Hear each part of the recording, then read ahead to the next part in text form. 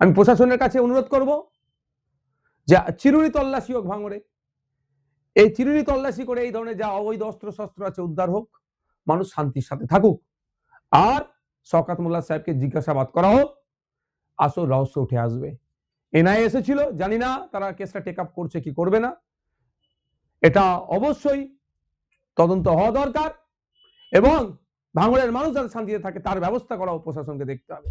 শওকত মোল্লা সাহেব বুঝতে পেরে গিয়েছেন পায়ের নিচে আর মাটি নাই, মানুষ আর তাকে ভোট দেবে না, তৃণমূলকে পছন্দ করছে না এই নোংরামির জন্য।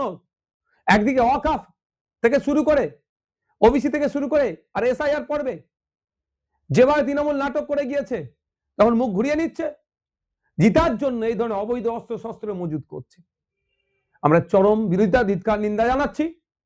শওকত মোল্লা সাহেবের বিরুদ্ধে তাকে জিজ্ঞাসাবাদ করা হোক এও আহ্বান করছি।